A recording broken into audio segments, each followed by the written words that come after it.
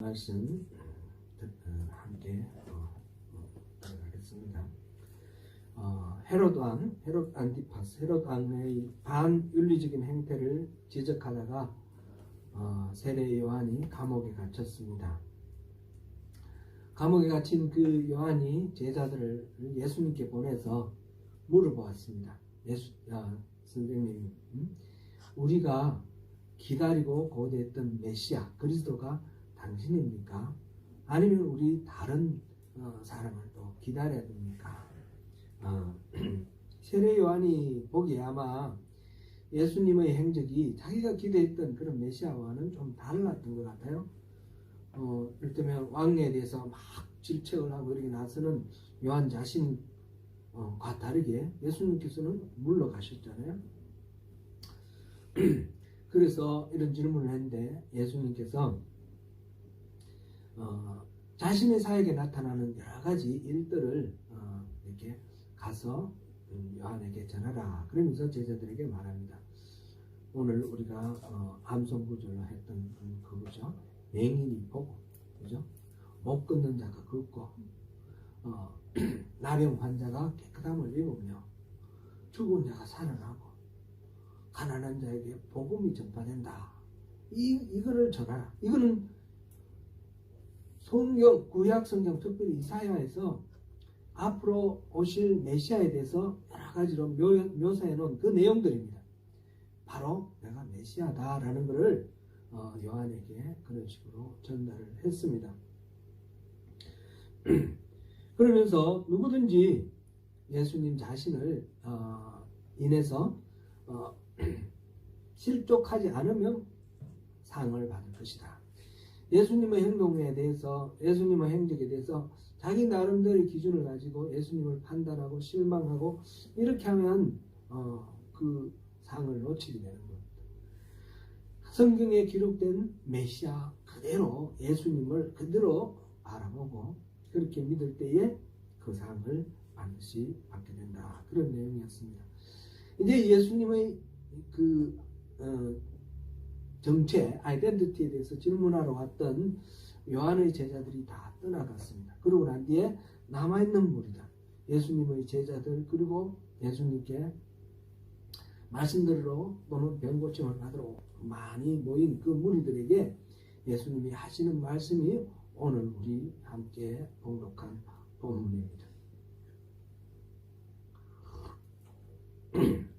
그 무리들 중에 많은 사람들은 아마 요한에게 세례를 받은 사람일 겁니다. 근데 요한이 지금 예수님에 대해서 뭔가 이렇게 확신을 못 갖고 있는 그런 모습을 보면서 무리들은 또 어떻게 생각할까? 예수님에 대해서 어떻게 생각할지, 또 요한에 대해서 또 어떻게 생각할지 그런 게 좀 궁금해지는데 거기에 대해서 오늘 예수님께서 말씀을 하고 계십니다. 7절 우리 같이 한번 읽어보겠습니다. 그들이 떠나며 예수께서 무리에게 요한에 대하여 말씀하시되 너희가 무엇을 모르고 광야에 가느냐 나는 흔들리는 갈대냐.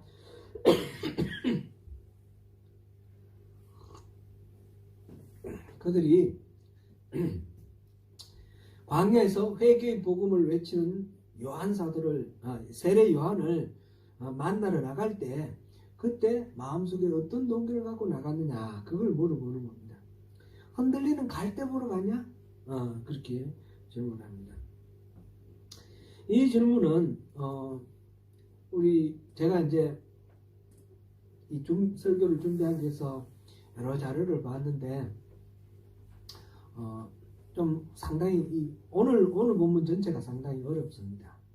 금방 읽어 말은 뭐 한국말이니까 한글이니까 금방 읽어지는데 그 속에 무슨 뜻인가 하는 게 굉장히 어려운데 갈대 보러 갔냐? 이것도 흔하게 보통으로 해석하기는 광야에 뭐하러 갔냐? 그 흔들거리는 갈대나 보러 갔냐?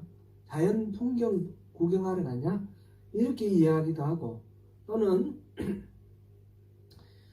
요한이 흔들리는 갈대처럼 이랬다, 오늘 이랬다, 이런 말하고 내일은 저랬다, 저 말하고 그런 식으로 흔들리는 요한 보러 갔냐? 이렇게 해석하기도 합니다. 그런데 자연 풍경 보러 갔냐, 이거는 뭐 충분히 우리가 그렇게 이해할 수도 있겠다 싶은데, 요한이 갈등하고 오늘 이랬다 저랬다 흔들리는 확신이 부족한 그 요한 보러 갔냐, 이거는 요한을 굳이 보러 갔다라고 말하기에 적절하지 않은 말인 것 같아요. 그래, 일반적인 해석은 그쪽이 많은데 그건 좀 받아들이기가 어렵습니다. 예수님께서 여러분들이 세례 요한이 광야에서 회개를 외칠 때 여러분 그들을 앞에 갔는데, 가서 세례도 받고 그랬는데 무슨 동기를 가지고 요한에게 갔습니까? 이게 그러면서 갈대를 흔들리는 갈대를 보러 갔느냐? 좀 많이 난해한데, 저기 삼일교회 있죠? 서울 그 청파동 삼일교회에 송태근 목사님이라고 계셔요. 그분 목사님 설교를 제가 좀 듣고 참고하는데, 이번에 이 설교를 위해서 또 제가 들었더니 이분이 다른 분들은 전혀 하지 않는 이야기를 하셔요. 근데 그게 답 같아요. 그게 정답 같아요. 상당히. 제가 여기서 뭐 단정적으로 말할 수는 없지만 여러분들 다 한번 들어보시고 참고하시면 좋을 것 같아요. 이 갈대가 뭐냐 하면, 옛날에 이제 사람들, 왕이나 뭐 이런 사람들은 자기를 상징하는 어떤 동물이나 식물이 있다는 거죠. 주로 이제 뭐 사자나 또는 뭐 독수리나, 오늘날도 보면 이런 어떤 문장을 만들어 가지고, 엠블렘 만들어 갖고 이렇게 동물을 가지고 자기를 대변하는 그런 경우들이 많이 있죠. 그런데 이 헤롯 안티파스의 상징이 갈대라는 거예요. 갈대. 왜 갈대였는지는 잘 모르겠지만, 그 유물이 발굴이 됐는데, 갈릴리 호숫가 서쪽에 디베라라는 도시가 말하면 신도시가 건설되었어요. 헤롯 안티파스가 만들었어요. 그때 당시 로마 황제가 티베리우스인데, 티베리우스의 이름을 갖다 붙여가지고 그 황제에게 잘 보이면서 말하면 갈릴리 지역에 주민들을 유치하고 산업을 일으키기 위해서 티베리우스, 그 디베랴라고 번역되어 있는데, 그런 도시를 만든 거예요. 신도시를 만들었는데, 그 신도시를 건설한 것을 기념해서 동전을 만들었어요. 주화. 옛날에는 동전을 가지고 뭔가 이렇게, 요즘도 동전이나 우표를 통해서 이렇게 기념하는 경우들이 있지 않습니까? 이 디베랴 도시 건설을 위해서 주조했던 동전이 발굴이 되는데, 그 동전에 무엇이 그려져 있냐면 갈대가 그려져 있는 거예요. 갈대가. 제가 그거를 좀 띄우려고 그랬는데 제가 깜빡하고 못 만들었는데, 헤롯 안티파스 해서 이미지를 찾으면요 동전이 나옵니다. 동전, 여러분 한번 참고로, 요즘 인터넷이 발달되어 있으니까 한번 참고로 해보시면 좋겠습니다. 황제들처럼 자기 얼굴을 내세우지 않고 갈대를 내세웠다는 거죠. 그러니까 이 갈대는 예수님이 갈대를 보러, 흔들리는 갈대를 보러 나갔느냐, 이 말은 그 헤롯 안티파스 같은 그런 권력자 요한에게서 그런 권력을 찾기 위해서, 권력을 보기 위해서 갔냐, 이런 말이 된다는 거죠. 상당히 일리가 있는 그런 이해인 것 같습니다.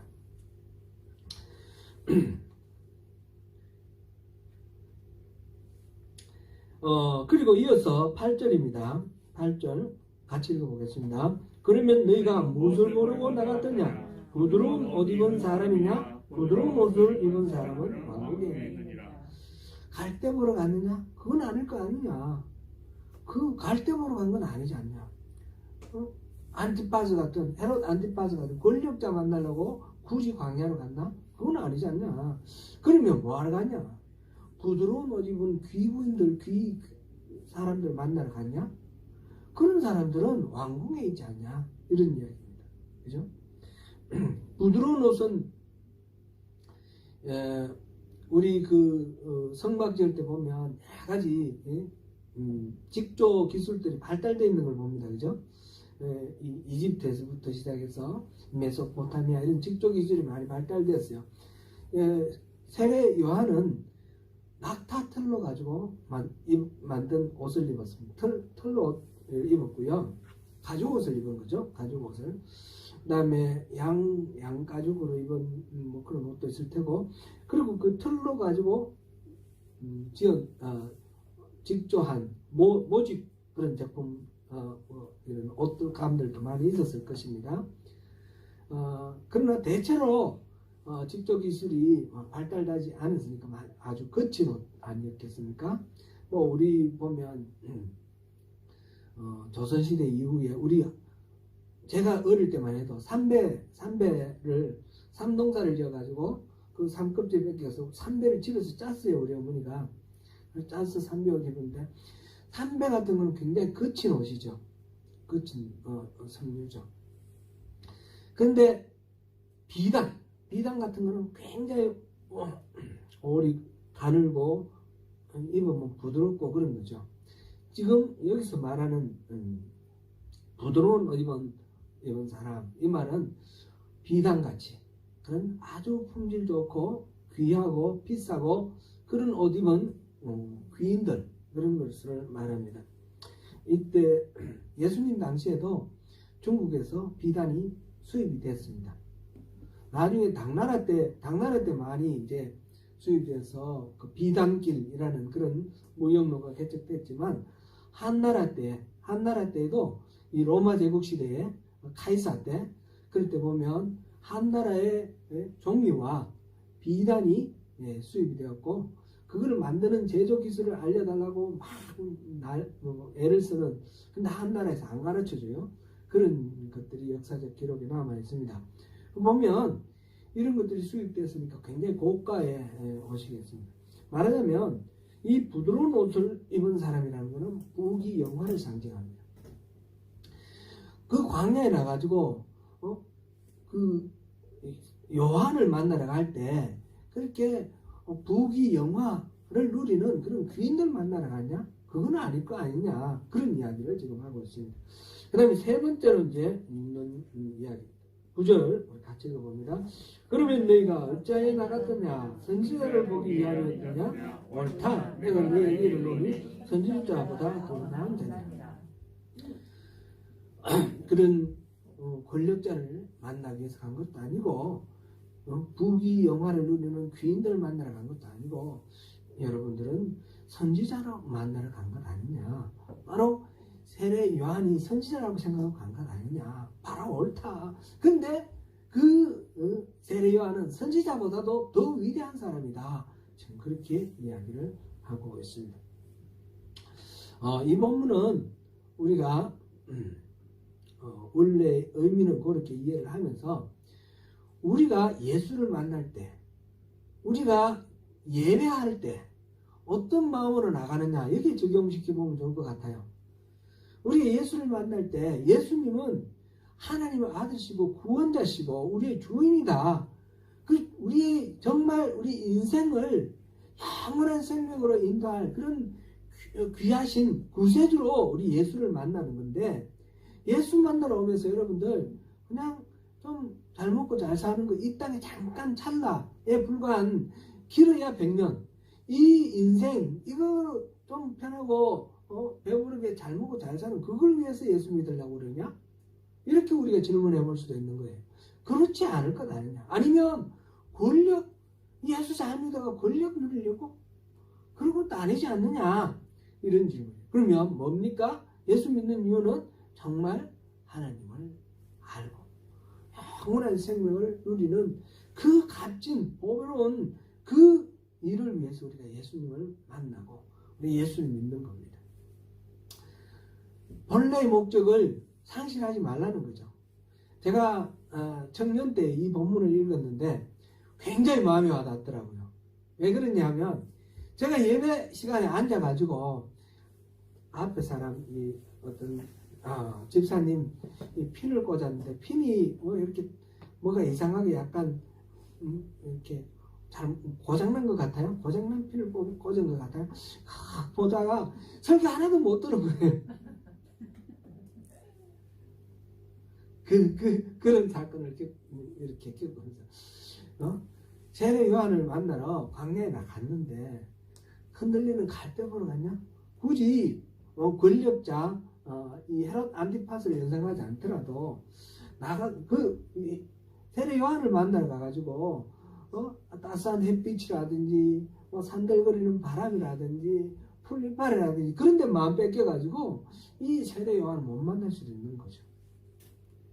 또는 또 귀인들의 입은 옷이라든지 패션 이런 것들에 마음 뺏겨가지고 예배에 집중 못하는 그런 경우도 있을 수도 있죠. 참된 목적을 우리가 놓치지 말자. 우리 이 예수님께서 이 무리들에게 말씀하시는 바 요한을 왜 만나러 갔냐? 선지자 만나러 간 거 아니냐? 그 말씀 우리가 적용하면 좋을 것 같습니다. 예수님께서는 그러면서 이 요한에 대해서 얘기를 하시기를 선지자들보다 더 나은 인물이라고 그렇게 말씀하십니다. 10절 우리 같이 한번 읽어보겠습니다. 기록된 바 보라 내가 내 사자를 내 앞에 보내노니 그가 내 길을 내 앞에 준비하리라 하신 것이 이 사람에 대한 말씀입니다. 인용된 이 말씀은 말라기 3장 1절 말씀입니다. 이 말씀은 하나님이 메시아를 보내실 텐데 그 메시아를 준비하기 위해서 하나님이 또 사자를 보내신다는 겁니다. 그 메시아를 준비하기 위해 보내는 그 사자가 바로 요한이다. 예수님께서 그렇게 말씀하십니다. 여기서 예수님이 직접 말씀하지 아니하셨지만 요한이 그 사자면 메시아는 누굽니까? 예수님입니다. 그죠? 예수님의 길을 준비하기 위해서 요한이 온 것입니다. 말라기 4장 5절에서는 이렇게 기록하고 있습니다. 보라 여호와의 크고 두려운 날이 이르기 전에 내가 선지자 엘리야를 너에게 보내리니. 요한은 바로 이 메시아 이전에 보낼 사자이며 또 여기서 말하는 선지자 엘리야라는 것입니다. 물론 실제적인 엘리야는 말라기가 활동하기보다도 한 400년 전에 실제로 활동했던 선지자죠. 열왕기 상 17장에서부터 등장을 해서 열왕기 하 2장에서 불병거 타고 불마차 타고 하늘로 올라가는 그런 선지자 엘리야 우리가 잘 압니다. 파워, 능력, 선지자의 능력 이걸 대표하는 사람이 바로 이 엘리야인데 바로 이 엘리야와 같은 사람이 바로 이 요한이다라는 거죠. 누가복음 1장에서 주의 사자가 제사장 사가랴를 찾아와서 내년 이맘때 아들을 낳을 거다 이렇게 예언을 해주는데 바로 요한, 세례 요한의 수태보시죠. 세례 요한의 탄생을 미리 이렇게 예언을 하면서 그 사자가 하는 말이 누가복음 1장 15절에서 17절입니다. 우리 같이 한번 읽어볼까요? 이는 그가 주 앞에 큰 자가 되며 포도주나 독함들을 마시지 아니하며 모태로부터 성령의 충만을 받아 이스라엘 자손을 주 곧 그들의 하나님께로 많이 들어오게 하겠으니라. 그가 또 엘리야의 신명과 능력으로 주 앞에 먼저 와서 아버지의 마음을 자식에게 거스르는 자를 의인의 설기에 돌아오게 하고 주를 위하여 성 백성을 준비하리라. 여기에서 그 사자가 예언한 대로 요한은 그리스도 앞에 큰 자가 되어서 회개의 세례를 베풀었습니다. 그래서 수많은 사람들로 하여금 회개하고 주님께로 돌아갈 수 있도록 예수님이 오셔서 전하시는 하나님 나라의 그 복음을 받아들일 수 있도록 마음을 이렇게 기경하고 이렇게 일깨우는 그런 역할을 했습니다. 오늘 본문 14절에 보니까 오리라 한 엘리야가 곧 이 사람이니라 예수님께서 말씀하셨어요.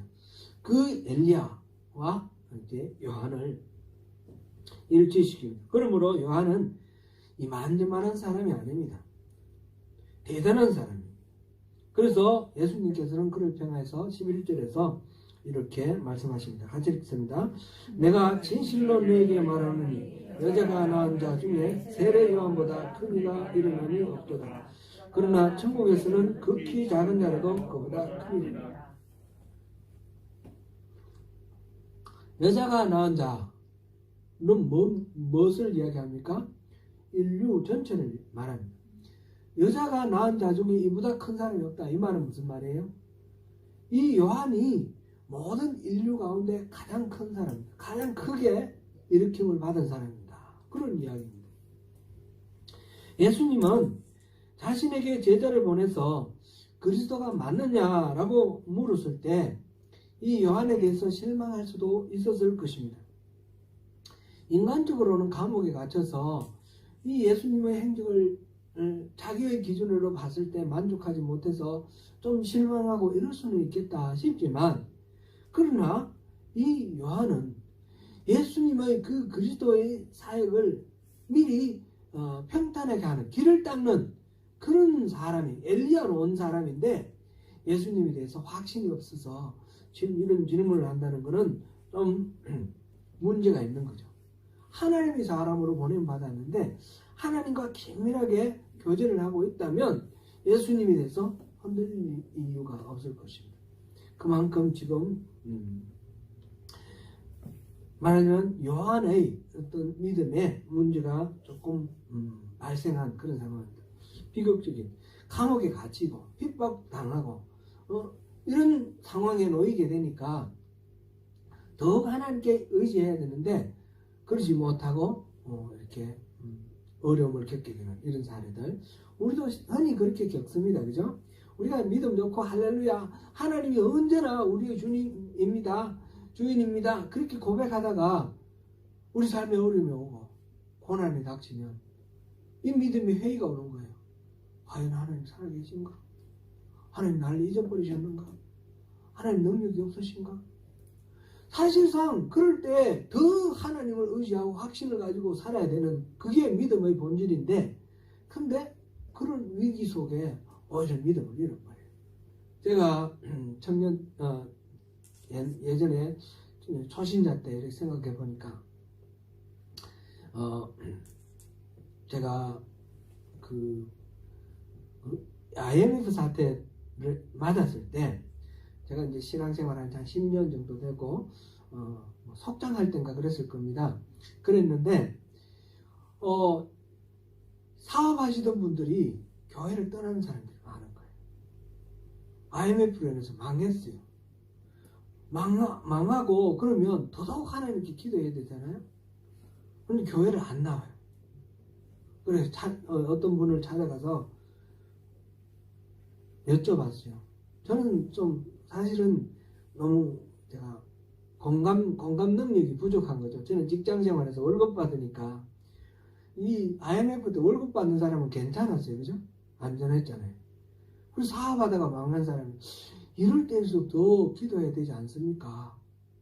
그렇게 여쭤봤더니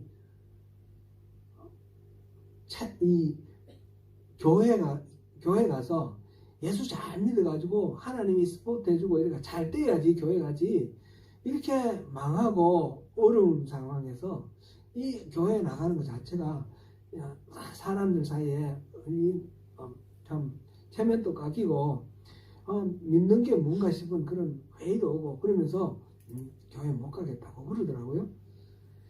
그게 참 너무너무 안타까웠어요. 그런 기도가 더 필요할 때 기도를 잃어버리는 거. 지금 요한의 영국이 그런 거예요.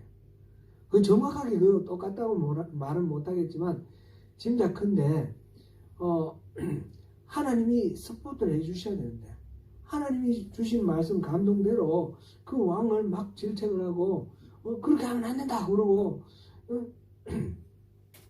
동생의 아내를 빼앗는 그런 불륜을 저지르면 어떻게 했냐, 왕이 되어서. 그러면서 질책을 했는데 그러면 서포트를 해주고 보호를 해줘야 될 거 아니에요. 근데 감옥에 잡혀가 있고 아무 맥을 못 추는 그런 상황이 있어서 그런 생각을 할 수도 있습니다. 그러나 예수님께서는 이 요한에 대해서 조금도 낙심하거나 실망하거나 섭섭해하는 것이 없습니다. 그 나약하고 좀 흔들리는 이런 요한에 대해서 예수님은 더욱 확고하게 이 요한이 누군가를 우리들에게 말하고 있습니다. 이 사람은 지금 인류 모든 인간 가운데 가장 뛰어난 인간이다. 모든 선지자들 중에 더 뛰어난, 선지자들보다 더 큰 사람이다. 그렇게 이야기를 하고 있습니다. 왜 그렇습니까?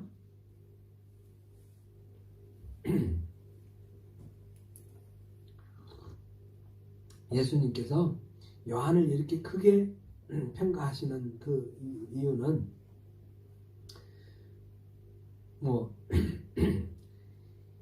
이 요한이 바로 예수님. 그동안의 선지자들은 전부 아득한 언제가 될지 모르는 미래에 올 메시아를 상상을 하면서 하나님 주신 그 말씀을 선포하는 데 불과했는데 이 요한은 메시아를 직접 만났어요. 그리고 사람들에게 이분이 바로 메시아다. 사람들에게 뭐라 그랬습니까? 세상 모든 죄를 지고 가는 하나님의 어린 양이다. 그래서 자기 제자들이 예수님께 가는 것조차 자기 제자 뺏기는데 거기에 대해서 오히려 기쁜 마음으로 보내주는 그런 선지자예요. 그런 예언자예요. 그래서 이 요한의 구세주를 직접 만나서 직접 사람들에게 소개해준 그 큰 역할을 하는, 말하자면 메시아의 길을 평탄케 하는 엘리야의 역할을 하는 이 세례 요한을 그렇게 평가를 하시는 것입니다. 그런데 여기서 11절에서 좀 특별한 부분이 있습니다. 특별한 부분이 있는데 11절 우리 다시 한번 읽어보겠습니다. 내가 진실로 너희에게 말하노니 여자가 낳은 자 중에 세례 요한보다 큰 이가 일어남이 없도다. 그러나 천국에서는 극히 작은 자라도 그보다 크리라. 예수님께서 요한을 극찬하시면서 여자가 낳은 자 중 곧 모든 인류 중에 가장 큰 사람이 이 사람이다 라고 얘기를 하셨는데, 그러면서 뒷부분에 그러나 천국에서는 극히 작은 자라도 그보다 크리라. 이 위대한 이 세례 요한도 천국에 가면 천국의 가장 작은 사람보다 오히려 더 작다는 거예요. 천국에 있는 사람, 아무리 별 볼 일 없어 보이는 사람도 이 위대한 세례 요한보다 더 크다는 거예요. 그럼 천국에 있는 사람이 얼마나 위대하고 크냐, 그거를 우리에게 이야기를 해줍니다. 천국에서 작은 자란 10장 40절에서 42절 사이에 나온 말씀을 좀 참고를 해보면 좋겠습니다. 너희를 영접하는 자는 나를 영접한 것이고 나를 영접한 자는 나를 보내신 이 하나님을 영접한 사람이다. 이렇게 말씀하셨습니다. 그러면서 지극히 작은 자 한 사람에게 냉수 한 그릇이라도 대접하는 자는 큰 상을 잃지 않을 것이다. 그렇게 말했어요. 여기서 말하는 지극히 작은 자는 누구를 가리켰습니까? 바로 영접한 자, 제자의 이름으로 영접하는 사람들, 모든 제자들을 말합니다. 그 당시에 예수님의 제자가 된다는 것은 사람들에게 아무런 의미도 없는 것이에요. 아무도 뭘 모르는 그런 상황입니다. 유대 사회 속에서 오히려 예수 믿는다는 것은 그냥 무슨 이단자를 믿는 것처럼 그렇게 취급되고 환영받지 못하고 존중받지 못하던 그런 사람들입니다. 그래서 작은 자라고 표현이 됐습니다. 그런 작은 자이지만 예수님의 제자로서 예수를 영접하고 하나님을 영접하니까 실제로는 작은 자가 아닙니다. 그런 자가 바로 천국에 있는 사람이죠. 천국에 있는 사람은 바로 예수를 영접하고 예수의 십자가 그 보혈의 공로로 구원받아서 하나님 나라 백성이 된 사람은 세례 요한보다도 훨씬 큰 사람이라는 거예요. 사랑하는 성도 여러분, 여러분 예수 믿습니까? 아멘. 예수님의 십자가 보혈을 믿습니까? 아멘. 천국의 백성됨을 확신하십니까? 아멘. 아멘. 아멘. 여러분들은 예수님 당시에 모든 인류 중에 최고라고 일컬음받은 예수님으로부터 그렇게 칭찬받은 세례 요한보다도 훨씬 위대하신 분입니다. 여러분 모두가 훨씬 위대하신 분입니다. 구약의 기라성 같은 선지자들이 다 메시아 왕국을 멀리서 바라보기만 하고 고대했는데, 요한은 그 나라에서 가장 가깝게 예수님이 오심으로부터 하나님 나라가 이 땅에 실현되었는데, 그 나라와 가장 가깝게 이렇게 누가 오신 거 아니에요? 아니. 접근했을 뿐만 아니라 그 자신이 바로 성경에서 예언된 그 엘리야였던 이 요한은 친히 그리스도를 위하여 길을 준비하고 그리스도를 직접 만난 사람들을 소개했습니다. 그러므로 이 세례 요한은 모든 인류 중에 가장 위대한 사람이 되었습니다. 그러나 천국에 있는 사람들은 이 요한조차도 예수님의 그 십자가 보혈의 공로를 온전히 이해하지 못하고 예수님을 믿고 따르는 우리들처럼 그렇게 구원의 확신을 갖지 못한 그런 상태에서 이 땅을 살다 갔습니다. 그러니까 우리 모두가 이 요한보다도 더 위대하다는 것입니다. 오늘 여기서 우리가 생각할 것은, 우리가 예수를 예수님 당시 광야에 요한을 만나러 간 사람과는 다르잖아요. 우리 예수를 만나러 온 사람이에요. 예수를 만나러 왔으면 예수님을 만나는 그것에 우리 모든 목적을 집중시켜야 됩니다. 엉뚱한 딴 거 교회 가가지고 본질적인 아닌 거, 그죠? 우리 한국 교회가 많이 지금 반성을 하고 이렇게 되돌리려고 애쓰고 있는 부분이 이 기복주의입니다. 기복주의. 교회마다 그것을 깨닫고 돌이키려고 하는데, 예수를 만나면 영원한 생명을 붙들어야 되지. 찰나에 어떤 욕망을 채우는 것, 그런 것들에 마음 뺏겨서는 안 되는 것이고, 부질없는 것, 교회에 와서 우리가 등 따숩고 배부른 거 이것만 찾아서는 안 된다는 것이죠. 또 교회에서 우리가 만나서 우리 서로 사이좋게 이렇게 친하게 잘 지내고 이 예배 시간이 기쁘고 이것으로 만족해도 안 된다는 겁니다. 이거는 부차적인 겁니다. 부차적인 본질적인 것을, 영혼을 구원하기 위해서 하나님께서 우리를 붙드시고 우리를 세우시고 파송하시는데, 그 하나님의 그 부르심의 목적을 잊어서는 안 된다는 거예요. 그것을 먼저 생각해야 되고, 그 다음에 세례 요한이 왜 위대합니까? 예수님께서 세례 요한이 위대하다 그랬는데 그 위대한 이유는 예수님과의 관계 때문에 그렇습니다. 예수님의 길을 열기 위해서 오셨기 때문에. 우리가 천국에 가면 요한보다도 훨씬 더 크다 그랬는데 우리가 왜 그렇습니까? 예수님과의 관계 때문에 그렇습니다.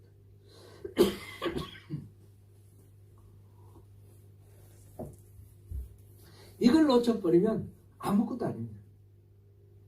아무런 의미도 없습니다. 나의 존재는 어떤 존재인가? 나는 예수를 우리의 구세주로 또 나의 주님으로 영접한 예수의 사람이다. 그리스도입니다. 그래서 하나님 나라의 백성이다. 이게 핵심이라는 것입니다. 이걸 놓치면 아무것도 아닙니다.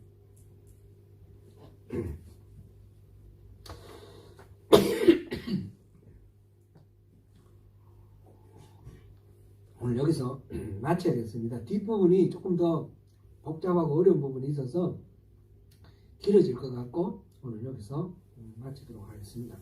성도 여러분, 오늘 내용은 세례 요한의 구속사적 위치가 무엇이냐는 것입니다. 세례 요한은 예수 그리스도를 이 땅에 소개하고 그리스도를 위하여 죄인들을 회개하게 하며 그리스도의 복음이 사람에게 받아들일 수 있도록 길을 닦은 사람입니다. 그는 구약 시대의 마지막 선지자였으며 선지자 이상으로 위대한 사람입니다. 사람으로서 최고의 위치에 해당합니다. 그러나 그 모든 것들은 그리스도를 드러냄으로 인해서 위대한 존재가 되며 자기 자신을 부인함으로써 자기가 아닌 예수를 드러냄으로써 이 세례 요한의 가치가 완성됩니다. 우리 또한 예수님과의 관계 설정 속에서 우리 자신의 아이덴티티를 찾아야 됩니다. 자기를 부인하고 자기 십자가를 지고 예수를 쫓을 때에 그럴 때에 우리가 하나님이 창조하신 원래의 모습대로 가장 고귀하고 값진 그런 인생을 우리가 살게 되는 것입니다. 내가 죽지 않고 있으면 영원히 나는 죄인으로 남아 있습니다. 그리고 하나님 나라에서 누리게 될 영원한 생명은 나와는 아무런 상관이 없게 됩니다. 그러므로 사랑하는 성도 여러분, 오늘 이 세례 요한의 위대함을 묵상하시면서 우리 또한 주님께서 그렇게 고귀하게 택하시고 부르시고 자녀 삼으신 그런 존재라는 사실을 자부심을 가지시고 이 세상 속에서 승리하며 살아가시는 저와 여러분 되시기를 축원합니다.